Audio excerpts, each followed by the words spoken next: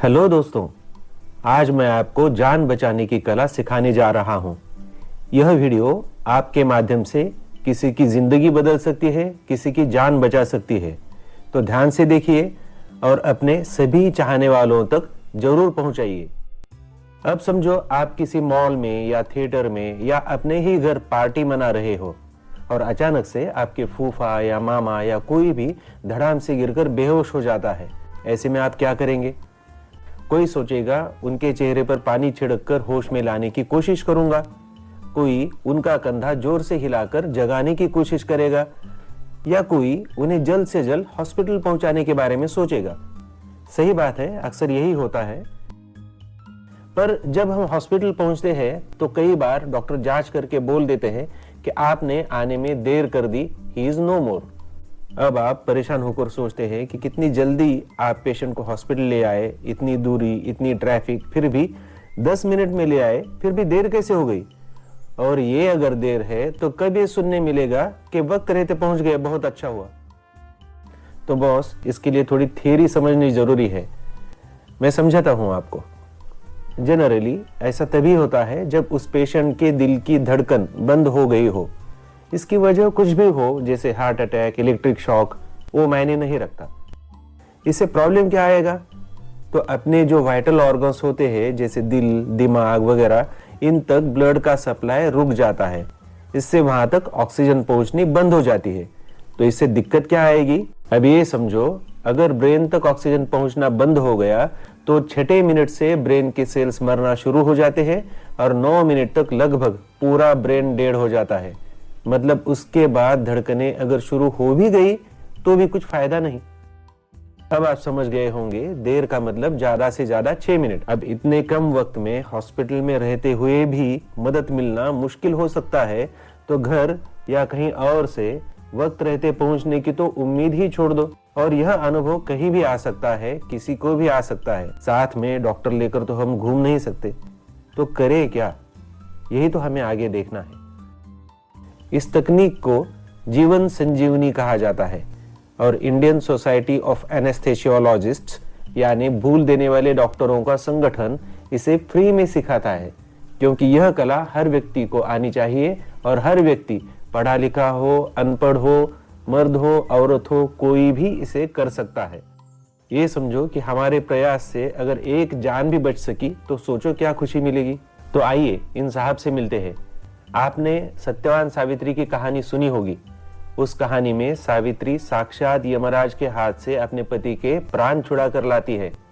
यह वीडियो देखने के बाद आपको यकीन होगा सावित्री ने भी जरूर इसी तरह की किसी कला का प्रयोग कर सत्यवान के प्राण बचाए होंगे।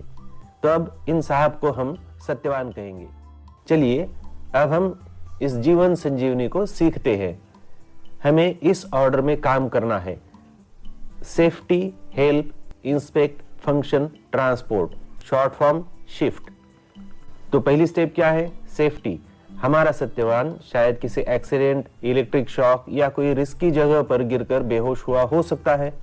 हमें पहले खुद की और पेशेंट की सुरक्षा का ध्यान रखना है। कोई भी एक्स्ट्रा रिस्क नहीं होना चाहिए। तो पेशेंट को किसी सुरक्षित जगह शिफ्ट कीजिए। याद रखिए, ये फ्लैट और हार्ड सरफेस होना चाहिए। दूसरी स्टेप, हेल्प। आजू बाजू जो भी हो उन्हें मदद के लिए पुकारिए। क्यों? आप आगे जानेंगे।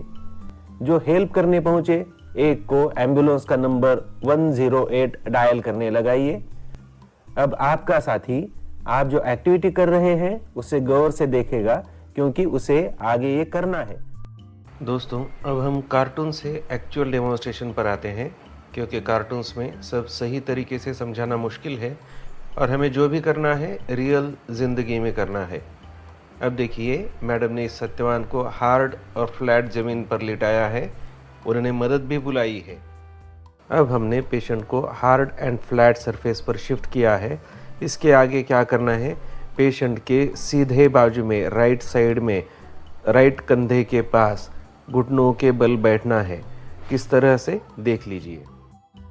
अब पेशेंट को हार्ड एंड फ्लैट सरफेस पर शिफ्ट किया गया है, मदद भी बुलाई गई है और जो दीदी हेल्प करने आई है वो 108 नंबर पर फ़ोन भी कर रही है। अब उस पेशेंट को जगाने का प्रयास कीजिए, उसका कंधा थपथपाइए, आवाज दीजिए। अब तीसरी स्टेप, अगर एक्सीडेंट नहीं है तो गर्दन एक बाजू कीजिए, क्योंकि एक्सीडेंट में गर्दन के रीढ़ की हड्डी फ्रैक्चर हुई हो सकती है। ऐसे समय में गर्दन एक बाजू करना बहुत डेंजरस हो सकता है। तो अगर एक्सीडेंट का केस नहीं है तो गर्दन एक बाजू कीजिए। मुंह में कुछ अटका है क्या देखिए। अब देखना है पेशेंट सांस ले रहा है या नहीं। कैसे देखेंगे? नाक के आगे उंगली रखिए, देखिए कुछ हवा महसूस होती है क्या।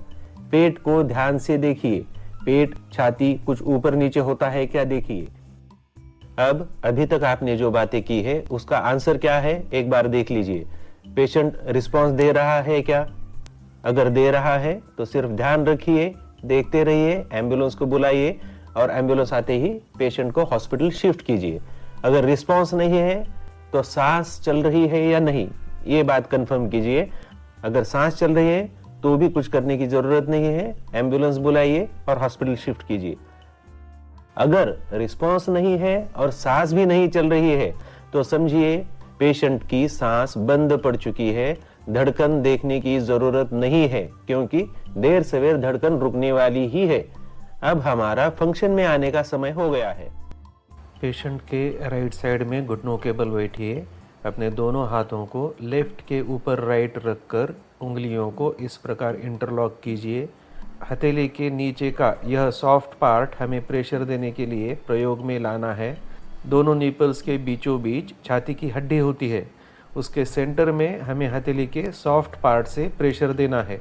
याद रखें, प्रेशर देते वक्त हमारी कोहनियाँ सीधी होनी चाहिए।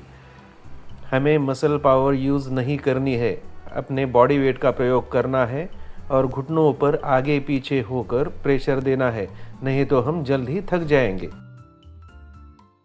अब सवाल है, कितना दबाना है, कितनी बार दबाना है और कब तक दबाना है। पहला सवाल, कितना दबाना है? जवाब है 1 से 2 इंच या 5 से 6 सेंटीमीटर लगभग। दूसरा सवाल, कितनी बार? जवाब है 100 से 120 बार। अब गिनेंगे कैसे?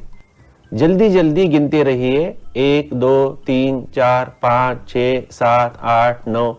1 मिनट में 100 से 120 तक गिनती हो जाती है और हर गिनती के साथ एक बार दबाना है।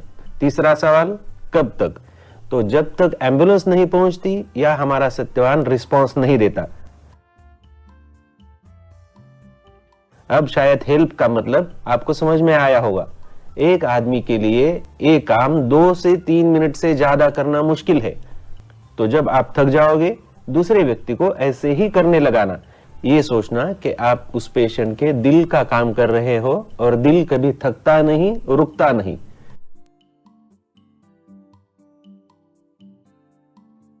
अब 5वीं स्टेप यानी ट्रांसफर। अब तक शायद एम्बुलेंस पहुंच जाएगी या अगर आपको किसी गाड़ी में ले जाने की जरूरत पड़े तो गाड़ी में भी यही सब करना है जब तक हॉस्पिटल नहीं पहुंचते। अगर एम्बुलेंस पहुंच गई तो उसमें एक्सपर्ट लोग होंगे, डिफिब्रिलेटर होगा, बाकी एडवांस चीजें होंगी, ये आगे की बातों का ध्यान रखेंगी। अब आप सोचेंगे तो हमने अब तक जो किया उसका क्या फायदा हुआ? सही बात है। तो बॉस, आपने अब तक पेशेंट के दिल, दिमाग और बाकी वाइटल ऑर्गन्स को ऑक्सीजन पहुंचाकर जिंदा रखा और ये जो एडवांस चीजें हैं, डिफिब्रिलेटर वगैरह, वो सब बेकार हो जाती पेशेंट के लिए अगर आपने ये नहीं किया होता। मतलब आपने देर नहीं होने दी। समझ में आया? ये हुई पूरी बात। अब समझो, दिन ब दिन ये बातें सुनने में आती है कि फला फला अच्छे थे, अचानक प्रॉब्लम आ गया, हॉस्पिटल पहुंचते देर हो गई। हमने ये बातें सुनी होगी, आस पड़ोस में देखी होगी या किसी ने बदकिस्मती से खुद भुगती भी होगी। यह एक सिंपल तरीका है जो जान बचा सकता है।